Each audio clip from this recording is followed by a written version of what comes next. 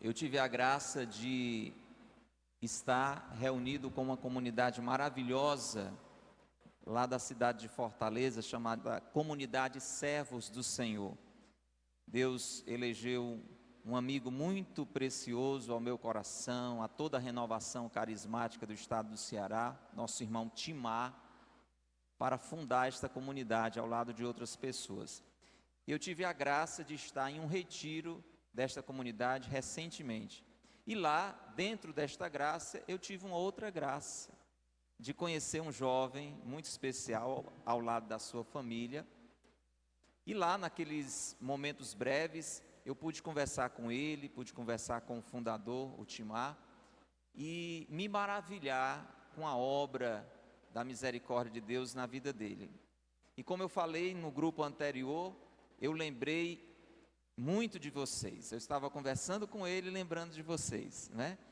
E sentindo que seria muito bom que você que está aqui que você que está nos acompanhando pelas redes sociais, ouvisse o que eu ouvi naquele dia, aquela partilha de vida. A vida deste irmão, uma vida restaurada. Eu queria que nós acolhêssemos com muita alegria o Marco Túlio, missionário da comunidade Servos do Senhor.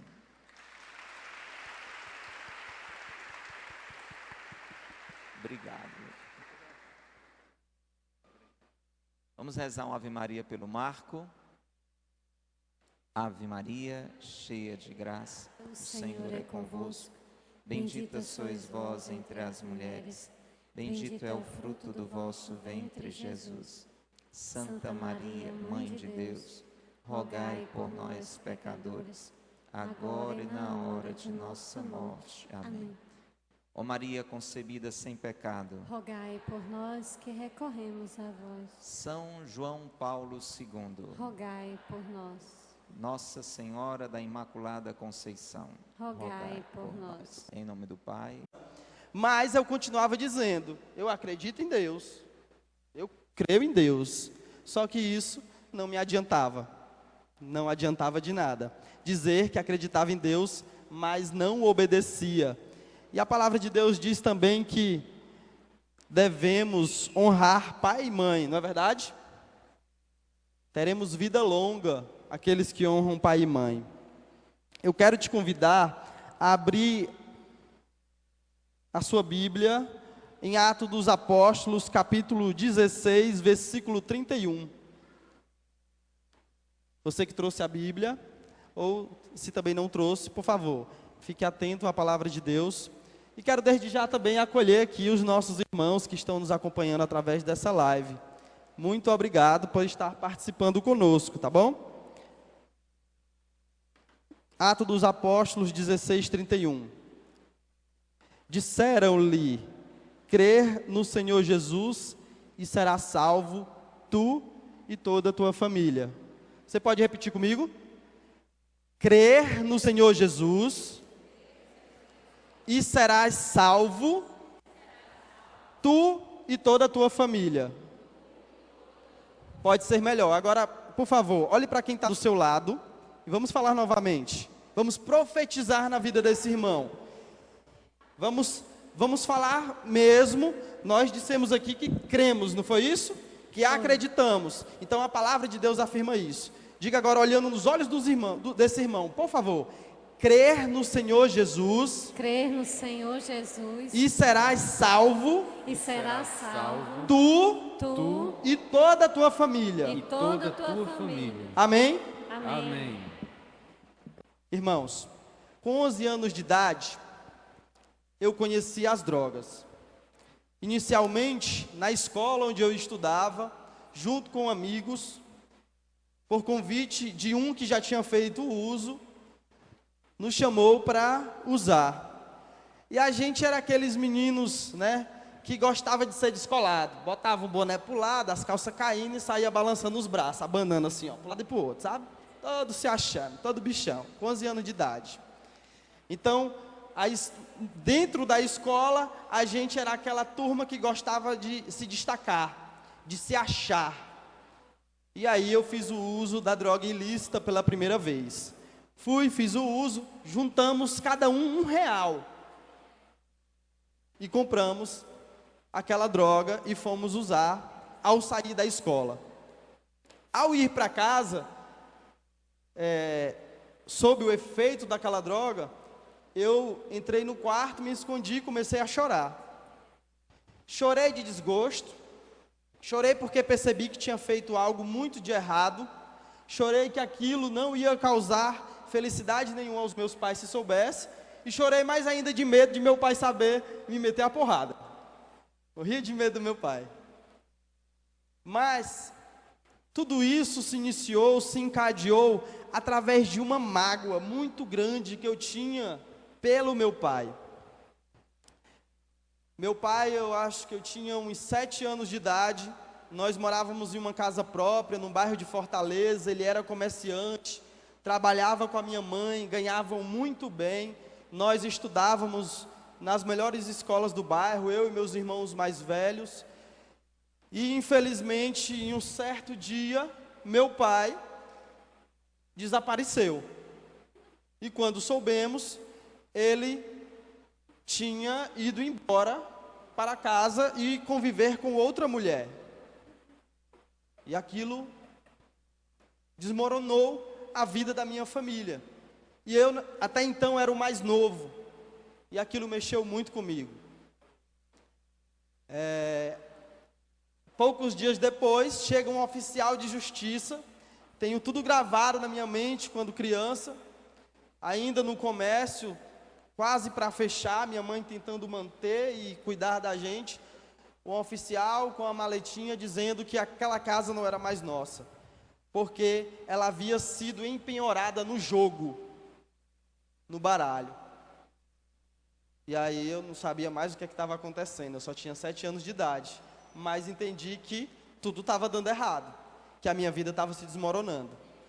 Um irmão, nós somos 5 filhos hoje, eu era o 4º mais novo na época, o 2º filho dos meus pais, o meu irmão Lavoisier, se envolveu com drogas no bairro, com os amigos, e aquilo também só foi piorando a nossa situação. A nossa vida, a nossa família lá no bairro foi ficando mal vista, mal falada, foi sendo humilhada. O nome da nossa família foi se desmoronando, aquela família que veio de Tauá, trabalhadores, pessoas honestas, íntegras. De repente, tudo dando errado. E aí meu irmão foi embora para São Paulo, tentar morar lá com a parte da família do meu pai, para inverter essa situação. E nós continuamos ali, mas logo depois tivemos que sair dessa casa, fomos morar na mesma rua com a minha avó, minha avó materna, e ali nós fomos tentando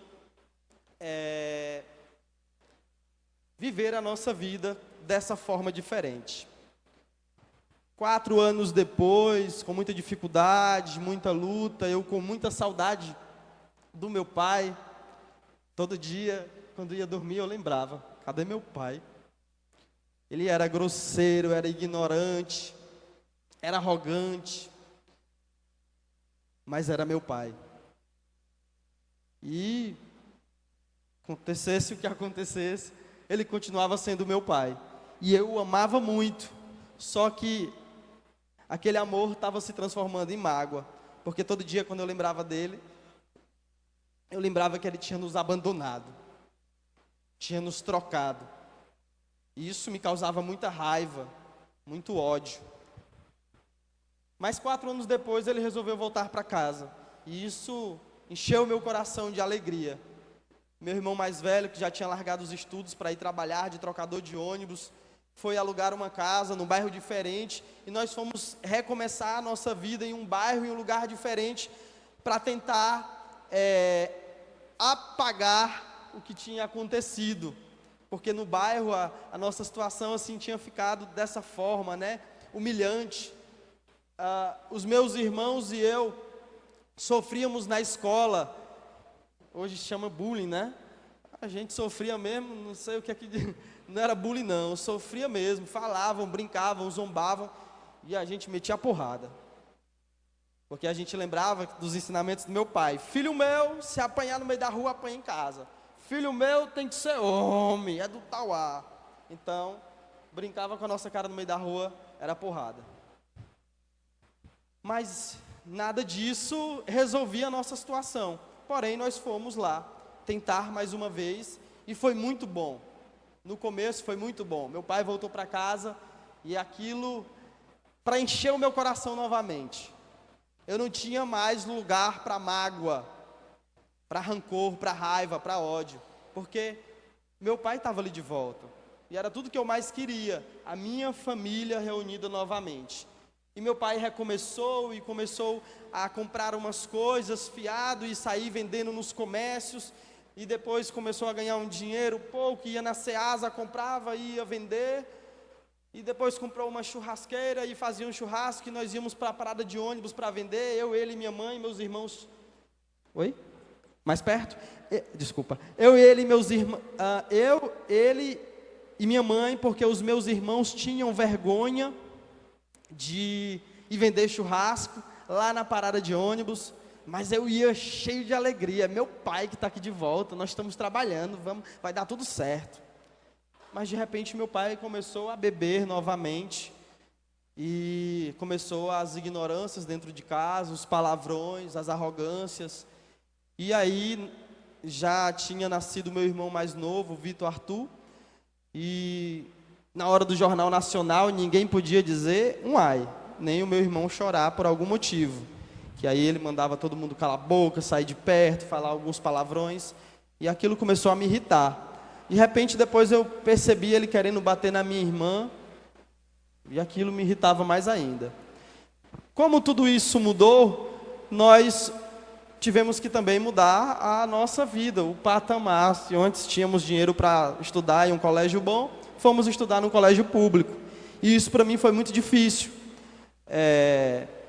Porque eu mesmo tinha um certo preconceito. Saí de uma escola particular para uma escola pública. Porém, tive que ir.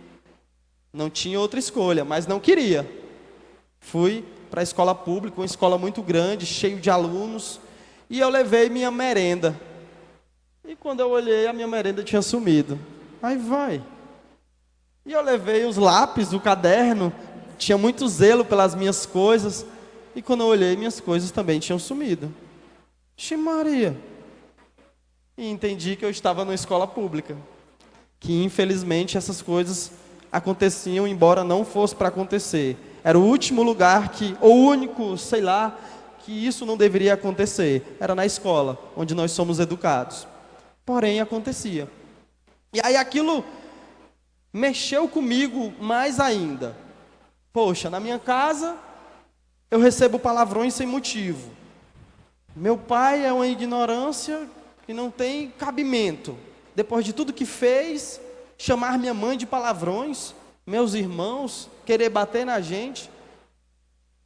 E eu chego na escola, até meu lápis levam. Não, peraí, eu vou ser macho. Eu agora vou ser macho. Aí batia nos peitos assim, eu sou do Tauá. Eu nasci em Fortaleza, mas aí eu incorporei meu pai. Eu sou do Tauá, eu sou cabra macho. E aí foi quando eu comecei a usar drogas, como inicialmente eu havia falado, mas lembrei de contextualizar a raiz do problema, como desencadeou essa ida para as drogas. Então, como já falei, usei pela primeira vez, cheguei em casa, me arrependi, fiquei morrendo de medo, mas cheguei na escola no outro dia, e aí estudamos, e no final, e aí, vamos de novo? Aí eu disse, e agora? Se eu disser que não vou, aí vão fazer hora com a minha cara. Se eu disser não, mas eu cheguei em casa e chorei. Vão dizer o quê? Bora sim, tá doido, bora, tá doido, bora. E aí fomos usar a segunda vez. E aí eu não chorei mais. E acabei que gostando. Não sabia eu que a literatura hoje, quando se estuda a dependência química, diz que algumas pessoas nascem com a predisposição para o uso indevido de drogas, para a dependência. Por exemplo, na minha hereditariedade, se tiver tido um avô, um tio, alguém que tiver feito uso abusivo dessas substâncias, eu, por sua vez, posso também nascer com a predisposição para a dependência. Mas como é que eu vou saber? Eu tenho que experimentar, né? Se eu vou ter ou não. E eu, muito curioso, jovem, queria experimentar. Não imaginava que ia me tornar dependente. Tudo começou com uma diversão, uma válvula de escape para os meus problemas, para tudo aquilo que eu tinha interiorizado dentro de mim e não sabia como resolver, não sabia como falar, não tinha quem contar e dizer: eu estou triste, eu estou com raiva, eu tenho mágoa, eu sofro. E eu fui com os amigos tentar resolver esse problema. E até então, isso foi resolvido. No início, é importante dizer isso, sabe, Pádua? No início, a droga causa em nós uma alegria, uma euforia inigualável. Para vocês terem ideia, a Organização Mundial de Saúde afirma que o uso da cocaína, estamos numa igreja, mas todo mundo aqui é maior de idade, e é um assunto que não deve ter mais tabu, tem que ser falado, que o uso de uma cocaína, ela causa 10 vezes mais prazer do que o sexo. Puxa vida. 10 vezes mais do que você ter uma relação sexual com a sua esposa, com seu esposo. Então, é uma alegria, uma euforia tremenda. E ali, eu fui achando as saídas dos meus problemas. Se eu estava triste, droga. Eita, que eu me alegrava. Se eu estava sofrendo, droga. Aí eu dançava forró, funk, boquinha na garrafa, o que tivesse. Se eu estava com raiva, droga. Se eu estava alegre, mais droga. Se era aniversário da minha mãe, droga. Natal, droga. Carnaval, direito a se vestir de mulher e muita droga. Passar 4 noites acordada. Só que essa brincadeira acabou mal. Com 13 anos de idade, eu fui preso pela primeira vez, fazendo coisas ilícitas para usar drogas. Meu pai me colocou para fora de casa, mudei de bairro, fui morar com os meus avós maternos, me acolheram. Disseram: ó, aqui tem regra. Aqui você nem pode mais usar droga, tem que trabalhar e estudar. Eu digo: tá feito, não tem para onde ir. Mas era até minha vontade, sabe? Respeito muito os meus avós, muito minha família. E aprendi isso com os meus pais. Mas, infelizmente, a droga havia entranhado já na minha vida. E eu, ali, aos poucos, trabalhava, ajudava no comércio da minha avó, estudava, mas quando saía, fazia o uso ali, bem pouquinho, que era para ninguém perceber. Botava um colírio nos olhos e chegava em casa, comia, ia dormir, estudava à noite. Voltei a estudar, fiz o telecurso, terminei o ensino fundamental, eu parei de estudar na 7ª série, eu cheguei aí com uma pistola para a escola, ameaçar um outro aluno que disse que ia me pegar, ia trazer a arma do tio dele, e eu era envolvido com uma gangue, então eu peguei uma pistola que até o gatilho nem prestava mais, era um arame que a gente puxava assim, e era uma pistola para a gangue toda, e aí eu fiz uso dela para ir lá e ameacei ele, aí depois não fui mais para a escola, bebia dentro da escola, cheirava cola dentro da escola, na frente da escola, aquela coisa, tudo para impor moral, impor medo, era o bichão. Era um garoto de 13 anos de idade que era chamado no bairro o terror do bairro. 13 anos de idade, desse tamanho, uma criança. Eu tenho foto aqui dentro da Bíblia, uma criança. Quando eu olho, eu digo: meu Deus, não acredito. Nem eu, às vezes, eu digo: como é que pode? Como é que eu entrei numa situação dessa? E aí, eu fiz o telecurso, terminei de estudar, ainda entrei no 1º ano, terminei, sempre respeitei professor, sempre depois de usar droga, sempre sentei lá no fundão, sempre drogado, sempre sob o uso, mas sempre fazendo as minhas atividades, prestando atenção. E ninguém dentro da sala de aula brincava com o professor, porque eu, um palavreado que eu digo, comia o partido dela. Eu respeitava muito o professor. Minha mãe é professora, o meu pai também lecionou em Tauá, inglês e tudo mais. E o professor está ali para ensinar, não para aguentar abuso de aluno, ou seja o que for, desaforo, desrespeito. E eu sempre respeitei muito. Porém, nada disso adiantava, porque eu saía da sala de aula para fazer o uso da droga e voltava. E a professora sabia e não dizia nada, por medo. Ao mesmo tempo, não sei, acho que não era respeito, era medo de falar. E eu, como respeitava, ela ficava na dela. Mas tudo isso para mim era ponto. Porque eu andava no bairro e os meninos lá, os mais jovens, né, me admiravam. Eu chegava e dizia, faça isso aqui não sei o quê. E aí eles saíam. Os outros que ainda estavam começando a usar droga, eu botava uma certa moral, só andava com os mais velhos, quem já tinha sido preso, matado. Minha tia disse que eu era um menino precoce. Eu nasci precoce, eu sempre queria me comportar como adulto, como alguém já maior, sempre com 13 anos, querendo me comportar como se tivesse 18, e isso não era bom também. Hoje eu presto atenção nisso na característica dos meus filhos, muita atenção. E aí, meu povo, a droga, como havia entranhado, e eu usava todos os dias, fazia uso dela todos os dias, embora tentando estudar e trabalhar, uma hora não deu mais. Aos 18 anos de idade eu conheci o crack, comecei a fazer o uso dele de forma assim razoável, mas depois passei a usar com mais frequência, ao ponto que aos 18 anos eu fui preso novamente, roubando no bairro, onde eu mexi em 4 carros durante uma noite, né? Roubei 4 carros e 5 horas da manhã, um policial do bairro me pegou, e aí foi aquele auê no bairro, todo mundo me conhecia, os meus pais moravam lá, eu fui algemado numa grade de um apartamento, como se fosse uma casa como essa, lá na grade, ele me algemou, e a população toda apareceu e começou a dizer, tem que ser preso, é um vagabundo, é isso, é aquilo. Eu lembro da passagem de Maria Madalena, né? Então, era um julgamento. Assim, quase que de fato me apedrejavam mesmo, né? A vontade deles era... Só que eu ali, por sua vez, ainda... Quando eu sair daqui eu te pego, você aí, eu derreto assim, todo errado, né? Todo algemado, e dizia, eu sei onde é que tu...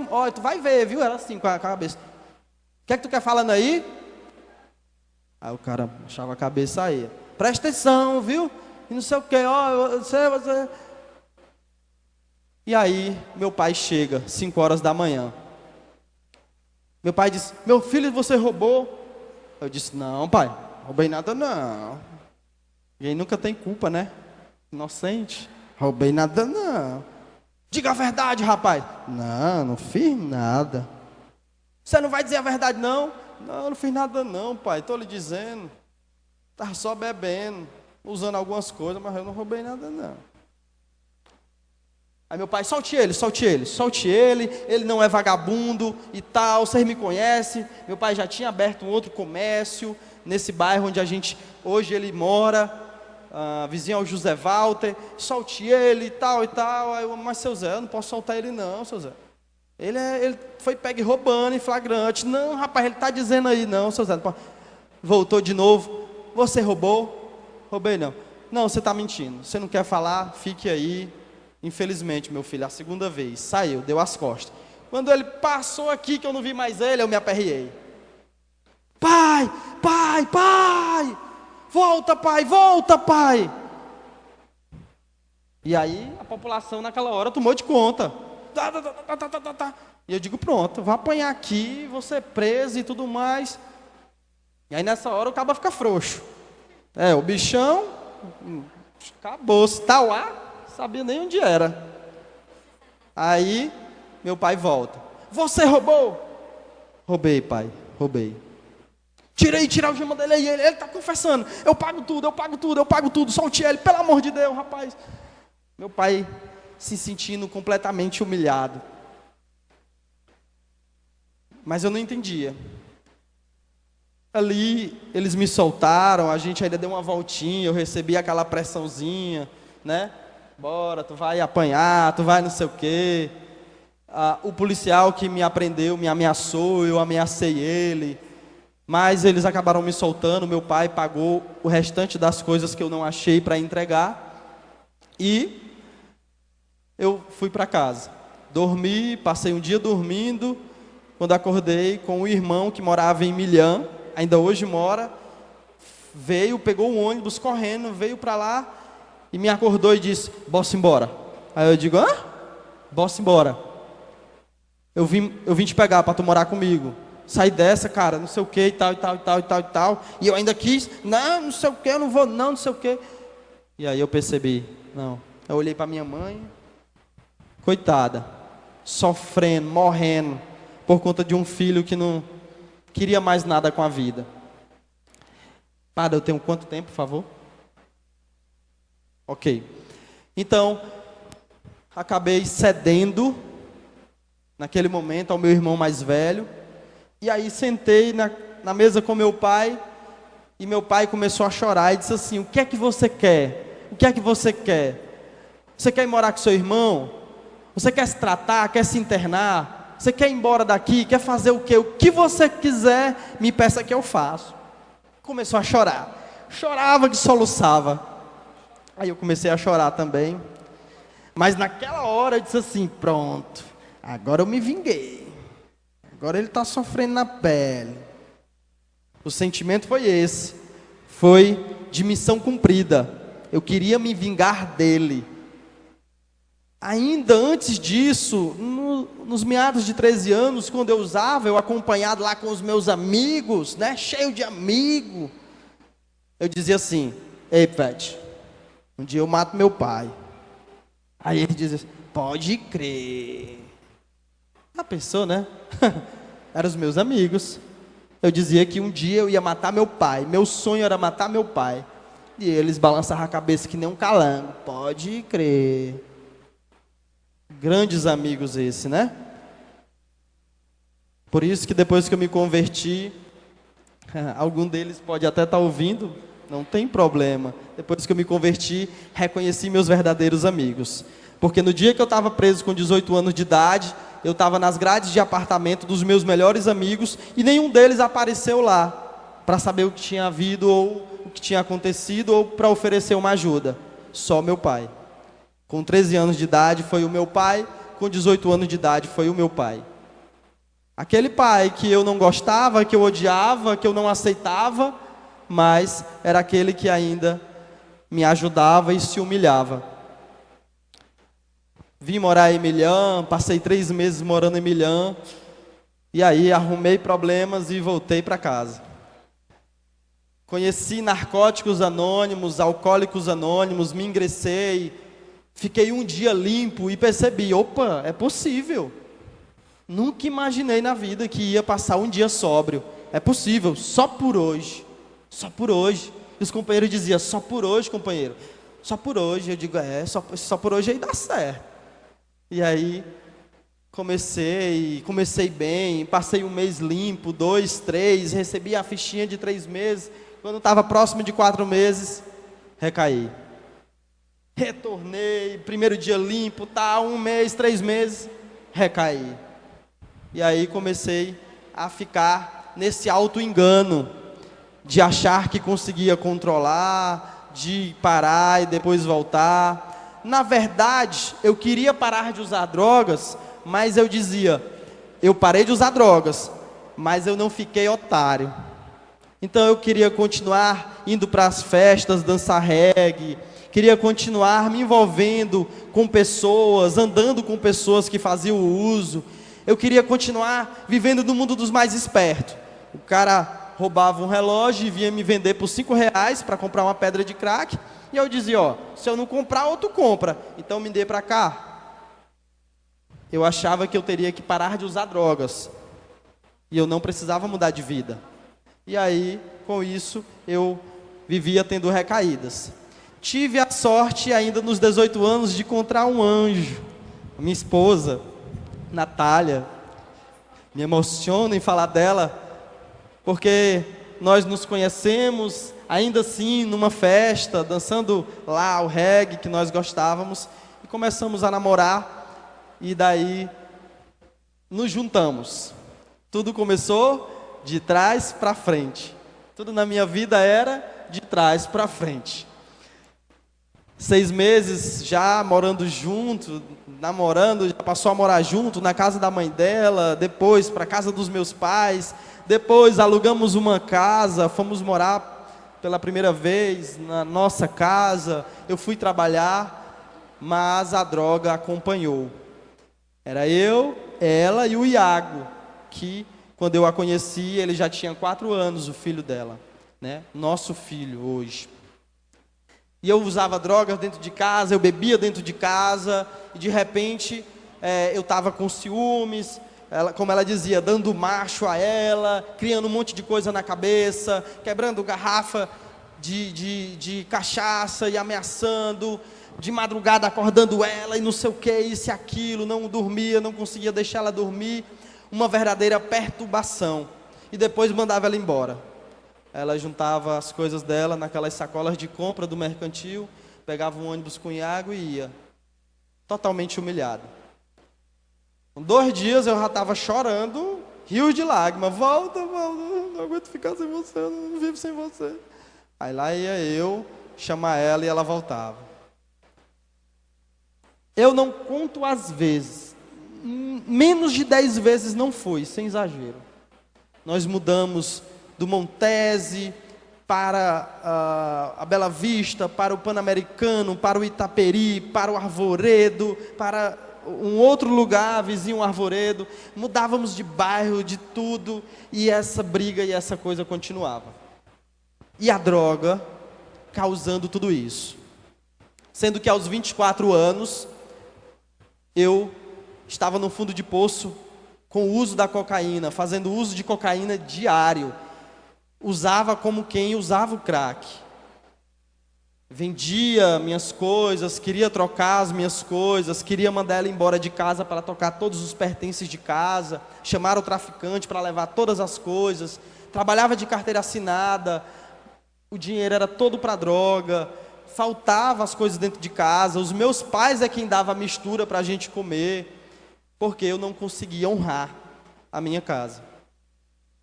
Aí ela, de repente, passou mal e nós fomos para o hospital. Por sorte, eu estava em casa em um domingo, chegamos no hospital, foi constatado que a Natália estava grávida do Marcos Levi e tinha tido uma trombose venosa profunda. Disseram, olha, você vai ser pai e sua esposa teve uma trombose venosa profunda, vai ter que ficar internada. Eu fiquei meio perdido, voltei para casa, continuei trabalhando e usando drogas. Resumindo, ela passou o mês internada, tomando 2 injeções por dia.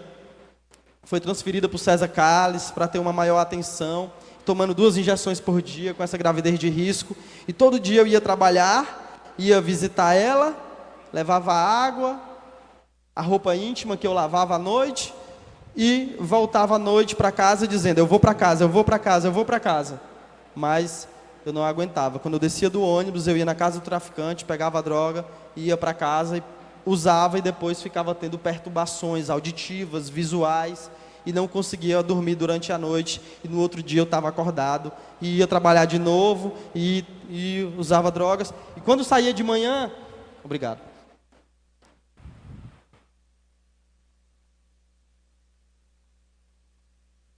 Aqui. Quando saía de manhã, e ouvindo o padre Reginaldo Manzotti, no fone de ouvido do celular, no ônibus, chorava. Só que aquele choro entalado dentro de mim, uma vontade de berrar dentro do ônibus, assim, eu não aguento mais, eu quero ajuda. E aí ia trabalhar, visitar e fazer uso de drogas. Quando ela saiu do hospital, eu estava pesando 47 quilos, com pneumonia, e com desejo suicida, ficando totalmente perturbado com o uso da cocaína. Achava eu que ela era mais limpeza, né? Era mais legal de usar cocaína, não é para qualquer um não usar cocaína. E eu fiquei dependente dela como um usuário de crack. Então, digo isso para dizer que não existe a substância que eu consiga controlar. Uma vez dependente químico, seja o que for, se for beber, é beber até cair no chão, até morrer, ou até fazer uma arte com alguém. Se for para fumar crack, é fumar até roubar, ser preso e morrer, até dever o traficante morrer. Se for para usar, é até ficar doido. Então, a dependência, ela causa isso, não importa o nome da droga, é uma dependência. A substância psicoativa, seja ela qual for. Então, gente, eu resolvi pedir ajuda. Em 2011 para 2012, no final de ano, no ano novo, os fogos lá sendo solto, lá perto de casa, a Nara me chamou para ir para a mãe dela, eu não quis, ela foi para outro bairro, grávida, com o Iago, e eu fiquei dentro de casa só. E aí fiz o uso e de repente eu não quis mais sair, porque eu fiquei perturbado, com medo de sair, aqueles fogos, aquele barulho, aquele som, e eu me perturbava, achava que a polícia estava me seguindo, que as pessoas estavam todas me vigiando, era uma perturbação. E aí eu fiquei em casa agoniado. Quando foi a passagem do ano, aí aqueles fogos, aquela coisa, me deu uma doida e eu comecei a blasfemar. Me levantei e disse: que Deus é esse? Que esse Deus não existe. Porque se existisse, fazia algo por mim. Deus não existe. E aí disse: se Deus não existe, que venha o diabo, leve minha vida.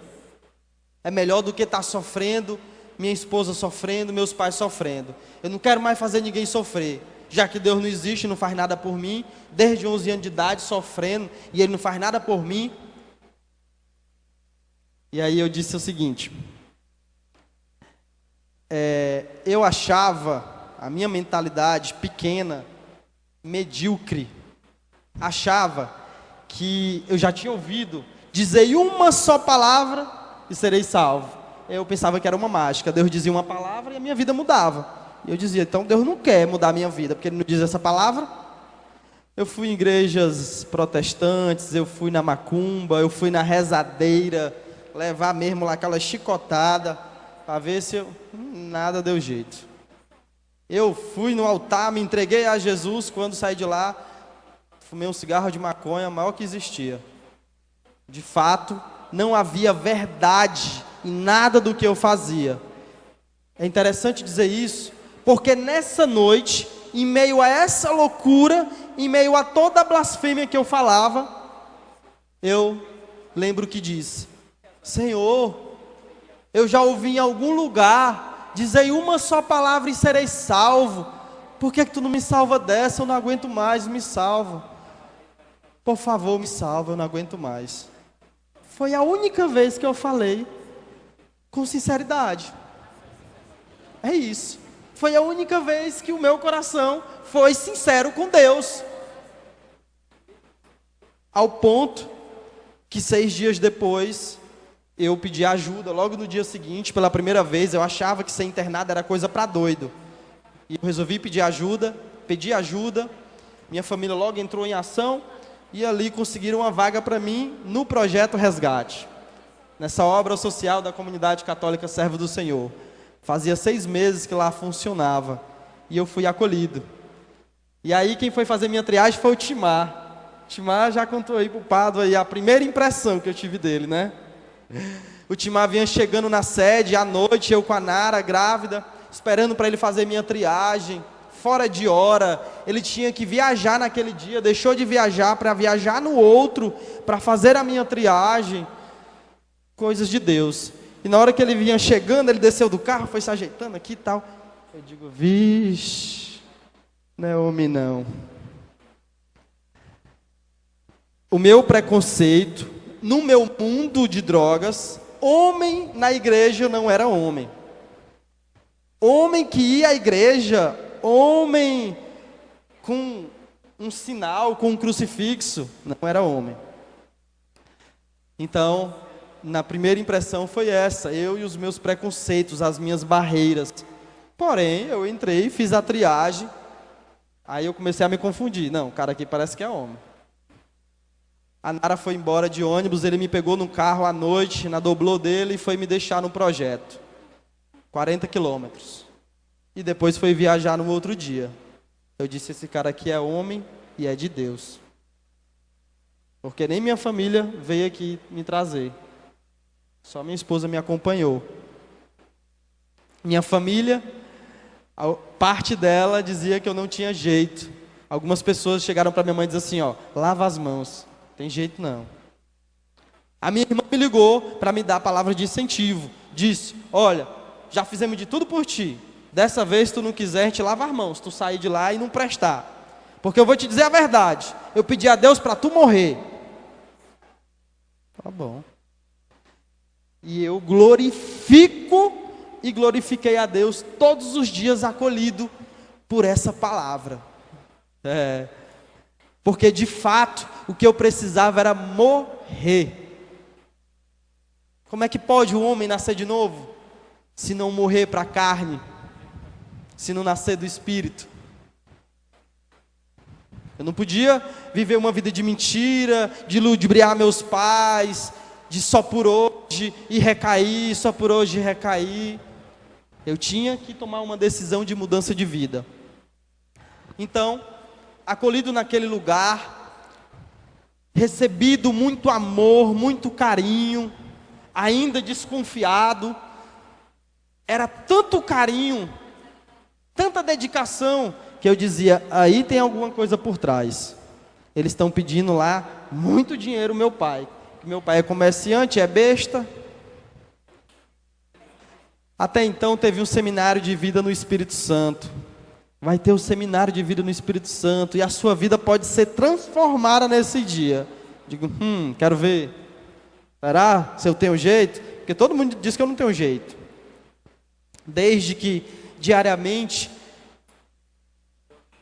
eu fiz a experiência com a palavra de Deus. Eu recebi uma Bíblia nova, dada pelo Timar, e ele disse, se creres, será salvo. Aqui, ó, é o caminho, a verdade e a vida. Eu estou te dando, se você fizer os seus 6 meses, ela é sua. Eu digo, essa Bíblia vai ser minha. Nunca ganhei uma Bíblia, usei a Bíblia uma vez para usar droga em cima. Eu tinha uma vida realmente desfigurada. E aí eu tomei posse daquela Bíblia para mim. E resolvi fazer a leitura dela. Com dúvidas. Eu dizia, eu quero ver se esse Deus existe. Aí acontecia alguns fatos na instituição. Eu ficava com muita raiva. Aí eu ia ler a Bíblia. Quando eu abria aqui a passagem, aí dizia, sede manso e humilde de coração, sede santos. O reino de Deus é dos humildes. Vala-me Deus. E esse Deus parece que fala mesmo. O pessoal diz que esse Deus fala. Eu morrendo de raiva aqui, com vontade de pegar aquele cara que falou aquilo comigo. Eu vou embora daqui. Aí ele está mandando eu ser santo, humilde. Eita mesmo. Tudo bem, eu duvidei. Eu disse, se aqui tiver a verdade e a vida, eu vou seguir. Então ali, aquela palavra me confortava. E eu dizia, é isso mesmo, eu vou fazer. E assim fui fazendo essa experiência diária com a palavra de Deus. Era nas minhas confusões, era nos meus distúrbios ali dentro, que eu corria para a palavra de Deus, e ela vinha de encontro à minha necessidade, à minha dificuldade, às minhas perturbações, e me aliviava. Gente, eu sentia algo que nenhuma droga, nenhuma substância me deu, nenhuma. Eu sentia uma paz, um conforto, uma alegria, e depois uma vontade de chorar. Aí queria pedir desculpa lá aos irmãos lá, e ficava aquela confusão. Se eu pedir desculpa, ele vai dizer, não sei o quê. Mas eu ia lá e pedia desculpas. fiz o seminário de vida no Espírito Santo. E naquele dia tive o meu encontro pessoal com Cristo. Na hora daquela oração por cura e libertação, diziam: feche os seus olhos. Perceba agora, tem uma pessoa aqui que voltou à sua infância. E aí começou a falar da minha vida. E eu fechei os olhos e comecei a acreditar, a crer. As dúvidas começaram a sair do meu coração. E eu fui tomando posse daquela oração, daquela visualização, onde minha mãe me levava, pegado na minha mão para a escola, no maternal, né? E depois, eu crescendo, meu pai indo embora, eu tomando tiros, roubando, eu sendo preso, eu indo para fora de casa. E aí, proclamaram a palavra que salvou minha vida. Dizia aquela pessoa que orava: o Senhor está dizendo para uma pessoa agora, que embora uma mãe que tenha tido você de suas entranhas te rejeite, tenha te rejeitado, Deus afirma agora: eu, teu Deus, o teu Pai, nunca te rejeitarei. E aí eu fui reconhecendo a paternidade de Deus na minha vida. E fui reconhecendo que Deus foi quem me livrou daqueles tiros. Deus foi que ainda assim me salvou de todas aquelas daqueles momentos de aflição, onde eu poderia ter sido morto. Eu me julgava, eu deveria ter sido morto, eu era para estar morto. E Deus foi dizendo: eu sou o teu Pai. E ali eu comecei a chorar e disse: eu tenho um Pai, eu tenho um Pai, Deus é meu Pai. Eu sou amado, eu sou filho amado de Deus, Ele é meu Pai. Caí por terra, caí no chão e chorei, suei todo. E me levantei dali com a certeza de que já não era mais o mesmo. Ali, com certeza, erguido pelas mãos de Nossa Senhora, tomando posse e visualizando minha mãe naquele momento presente, rezando, intercedendo por mim, eu disse: eu sou um filho amado de Deus e nunca mais vou usar drogas. Saí do projeto, me engajei no grupo de oração, comecei a limpar o grupo de oração, chegava mais cedo, ia de bicicleta para limpar todas as cadeiras e varrer e arrumar. Era o maior gosto que eu tinha. Aquele que era filho do diabo, que fazia a vontade do diabo, que desobedecia os pais, que roubava, que enganava, que mentia, estava limpando o grupo de oração para ter um encontro com Deus, e a todas aquelas pessoas também assim ser abençoada. Eu não me achava digno, e eu não entendia um Deus assim, mas eu fazia com muito amor, com muita euforia, com muita alegria, e aquilo me causava um prazer tremendo, que eu ia embora aos pulos, e esperando o dia de chegar, o dia do grupo de oração na próxima semana. Fui convidado para o ministério de pregação, comecei ali a participar. Daqui a pouco estava testemunhando, pregando, falando da maravilha, desse prodígio de Deus, desse milagre de Deus na minha vida e na minha família. Mas com um ano de sobriedade, o fundador resolveu me convidar a voltar ao projeto para coordenar. E eu tive esse sentimento no mesmo dia, quando ele me convidou. E eu disse: eita, é verdade, é Deus, Deus fala. Ainda estava nessa fase inicial, um ano de renovação carismática, era tudo muito novo. E a minha resposta foi: eis-me aqui. E ele disse: como? Você não vai pensar, você vai largar tudo, seu emprego, sua família, vai fazer mudança com a sua família, morar lá em Aquiraz, morar perto do projeto, trabalhar lá. Você não quer pensar, não quer conversar com a sua esposa? Eu disse: não, Timar, não tenho mais o que pensar. Eu vivi a vida batendo nos peitos e dizendo: quem manda na minha vida sou eu. E quebrei a cara a vida toda. Eu tinha uns planos. Eu ia ser promovido agora, ia ganhar 3 vezes mais, tirei minha habilitação agora, queria comprar um carro, um apartamento, ter uma vida financeiramente melhor com a minha família, entrar no vocacional, me consagrar. Esses eram os meus planos. Mas eu não acredito mais nos meus planos, nos meus projetos. E eu lembrava daquelas músicas: os meus planos são teus, o meu próximo minuto é teu. Se não for assim, não me deixe ir. E eu disse para ele: eis-me aqui. Eu prefiro acreditar nos planos de Deus. Eles não me enganam. Eles não me iludem. Os meus sim. Os meus são traiçoeiros. E os planos de Deus é perfeito. Eu experimento isso há 1 ano. Eu me casei no civil, nos casamos no católico. E foi uma luta, porque a gente morava junto. E eu fui me confessar no Aleluia. E o padre disse que não me confessaria, porque eu morava junto. Eu digo: mas o senhor vai ter que confessar. Por quê? Eu digo: porque Deus falou comigo na fila. Padre, eu estou num grupo de oração faz 1 ano. Eu estou ouvindo essas coisas, Deus falando. Antes eu ouvi o diabo, agora eu ouço Deus. E aí? Foi que ele falou. Ele disse que eu tinha que fazer um propósito diante de Deus e do sacerdote, me confessar e dizer que eu queria casar. Mas você não mora junto? Pois é, padre, aí não tem nada a ver com isso, é o Senhor e Deus. Não é o Senhor o sacerdote? Pronto, eu já achei já. O Senhor é o enviado de Deus, é ungido. Eu estou falando, padre, é tudo muito doido para mim o que está acontecendo, muito novo. Mas é a minha vontade. Eu não me alegro, padre, ir para a missa toda semana e sair de lá descompleto, triste, chorando, porque não posso receber a Eucaristia. Eu fui catequizado dentro do Projeto Resgate, recebi a comunhão pela primeira vez dentro do Projeto Resgate. E a presença real de Cristo mudou minha vida. E eu não conseguia mais estar longe. Eu digo: padre, dê um jeito aí, pelo amor de Deus.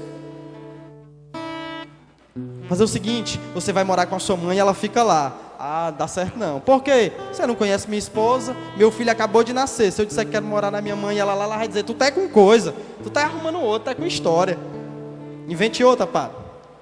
Desse jeito, eu não conheci o padre, era no Aleluia. E ele disse: pronto, você dorme em cima e ela embaixo. Como assim, padre? Você na rede e ela na cama. Tá feito. Levante aí, levante. Eu nunca vi fé assim. Os teus pecados estão perdoados, vai, não peques mais. Eu saí dali uns pulos. Cheguei em casa: ó, mulher, nós vamos nos casar. E fiz um propósito. Que foi? Nada de relação sexual. Eu na rede e tu na cama. Aí tu faz os teus propósitos e me bota no meio, é? Eu digo: pois é. Eu quero ser todo de Deus, custe o que custar. Falei para o Timar na segunda-feira, ele vinha de viagem, me ligou: como é que foi, como é que você está? O Timar viajava, me ligava, muito preocupado, muito atencioso. E eu disse: Timar, fui para o Aleluia, foi assim, primeira vez, fiquei maravilhado com aquela multidão de jovens louvando a Deus, e aquela adoração, meu irmão. E eu ia para os reggae, para as festas, buscava na droga e nunca achei aquilo que eu vi nesse final de semana. Na droga, numa festa, eu não achei. Eu buscava, mas não achava. E eu encontrei. E cada dia mais eu sou completo, preenchido, feliz, realizado. E me confessei lá e fiz um propósito. Aí disse para o Timar: ao Timar, em nome de Jesus você vai casar. Eu digo: eita. Com 3 meses esse Timar arrumou tudo. Eu casei na paróquia lá, Nossa Senhora da Aparecida no Montese. Casamos no civil primeiro. Teve uma festinha lá atrás. Tive lua de mel. Então, a minha vida transformou-se da água para o vinho. No projeto, nós estamos lá há mais de 7 anos. Fiz uma caminhada de 5 anos no vocacional, no postulante, no discipulado da comunidade. Dei o meu sim integral a Deus, porque eu resolvi não depender mais de nenhuma droga, de nenhuma substância. Eu hoje ainda sou dependente. Se vocês não sabem, eu ainda tenho que me nomenclaturar como dependente químico em recuperação, não mais sob o uso. Mas tem algo muito maior, muito além do que isso. Eu hoje sou dependente de Deus, só dependo da graça de Deus, da comunhão de Deus e de nenhuma substância a mais para ser feliz, para viver minha vida, para viver a comunhão com a minha família. Nós nunca mais brigamos, nos separamos. Hoje sou um consagrado de aliança, mas agora, no mês de dezembro, através da Santa Mãe Igreja, passarei a ser um consagrado de vida. É uma experiência nova da comunidade católica Servo do Senhor, ao qual eu também fui chamado. E mais uma vez, eu disse: eis-me aqui, teu servo, Senhor. Irmãos, quero louvar, bendizer a Deus pela sua vida, você que me escutou. Quero convidar você a ficar de pé, para agora nós cantarmos essa linda canção. Que você hoje jamais saia daqui como você entrou. Se você desacreditava, se você achava que alguém na sua casa, na sua família, na sua vizinhança não tinha jeito, quero que você hoje saia daqui com a certeza de que com Deus tem jeito. Amém?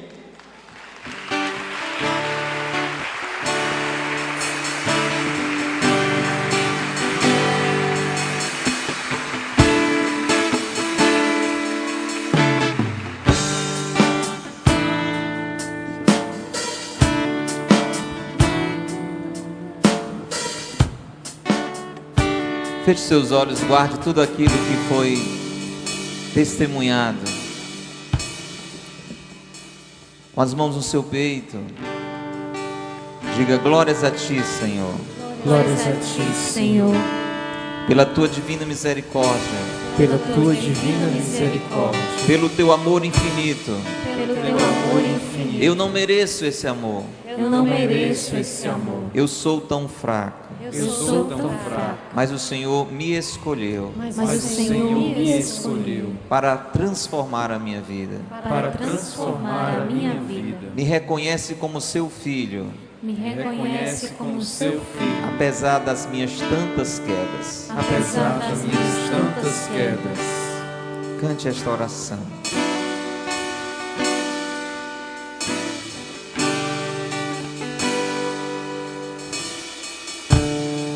Eu não entendo um Deus assim, Tão louco de amor por mim, louco de amor por mim. eu não mereço. Eu não mereço. Sou tão fraco. Sou tão fraco. Porque Ele me escolheu. Porque Ele me escolheu. E para confundir os E para fortes, confundir os fortes, gravou meu nome. Gravou meu nome Em sua mão. Em sua mão. Cante mais uma vez, cante. Eu não entendo um Deus assim, diga.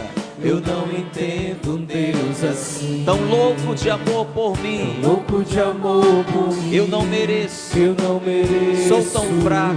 Sou tão fraco. Porque Ele me escolheu. Ele me escolheu. E para confundir os fortes, E para confundir os fortes, gravou meu nome. Gravou meu nome Em sua mão. Em sua mão. Ergue as mãos, canta, Deus. Você me levantou do chão. Você me levantou do chão. Enquanto a multidão Jogava pedras. Jogava pedras. Deus, você me perdoou. Deus, você me perdoou. E desse amor eu não esqueço. Repete, Deus, você me levantou do chão. Deus, você me levantou do chão, enquanto a multidão jogava pedras. Deus, você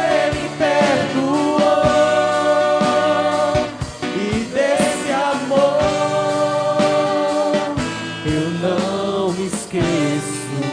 Olhando agora, meu irmão, minha irmã, te convido agora a contemplar Jesus diante deste crucifixo, diante do seu santo altar. Que você continue com os seus olhos fechados. Feche os seus olhos e abra os olhos agora do seu coração. Enxergue agora a misericórdia de Deus que te alcança. Coloque agora toda a sua vida, todo o seu ser, todas as barreiras, todas as dificuldades, tudo aquilo que você trouxe com você nessa noite, que é a noite da misericórdia. Coloque, abra os seus lábios, abra a sua boca, não se envergonhe. Eis que nós estamos diante daquele que não se envergonha de nós. É momento de clamar, de suplicar, de falar para Ele a mais pura verdade. Fala com sinceridade, da tua maneira, do teu jeito. Vai falando para Ele. Lembra de como eu te falei, como eu falei. Não precisa também ser desse jeito, claro, mas vai falando. Você que nunca falou com sinceridade diante de Deus, fala agora. Fala para Ele que você não aguenta mais sofrer, que você não quer mais caminhar sozinho, que você não quer mais viver distante dEle. Vai falando para Ele que você quer ser preenchido pela presença real,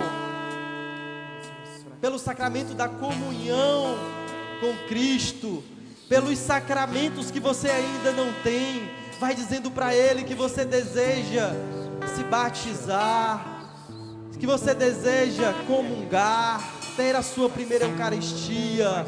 Vai dizendo para Ele que você deseja casar. Vai entregando toda a sua vida, todas as realidades da sua vida, a sua vida profissional, a sua vida sentimental, emocional, todas as áreas da sua vida que nesse momento encontram-se atrapalhadas, que encontram-se despedaçadas. Vai colocando diante desse Senhor misericordioso, que vem ao nosso encontro nessa noite, colocar tudo no seu devido lugar. Mas é importante que você fale. Peça ao Senhor, diga: Deus, me levanta do chão. Me levanta do chão. Não importa o que a multidão fala, Não importa o que a multidão fala, aquela que grita dentro de mim, Aquela que grita dentro de mim, dizendo que eu não tenho mais jeito. dizendo que eu não tenho mais jeito. Não importam as vozes que vêm de fora. Não importam as vozes que vêm de fora. Me coloco nas tuas mãos. Me coloco nas tuas mãos.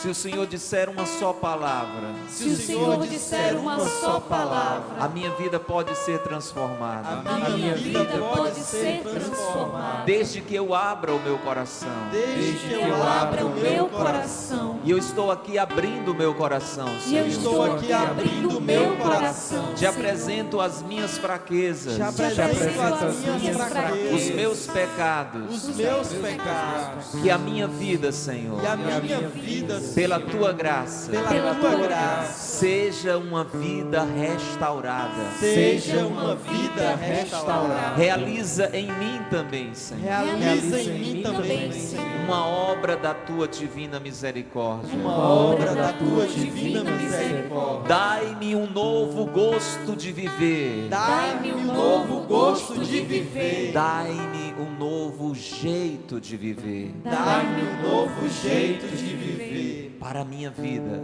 Para a minha vida. para a minha família. E para a minha família. Que a minha vida, Senhor, Que a minha vida, Senhor, pela tua misericórdia, pela tua misericórdia, seja uma vida restaurada. seja uma vida restaurada. Com as mãos no peito, faz um grande silêncio. Acolha a visita da misericórdia de Deus. Para quem nada é impossível. e já tome posse desta vida restaurada que Deus tem para você. Você que está aqui, você que por providência de Deus está sendo alcançado pela transmissão deste grupo de oração.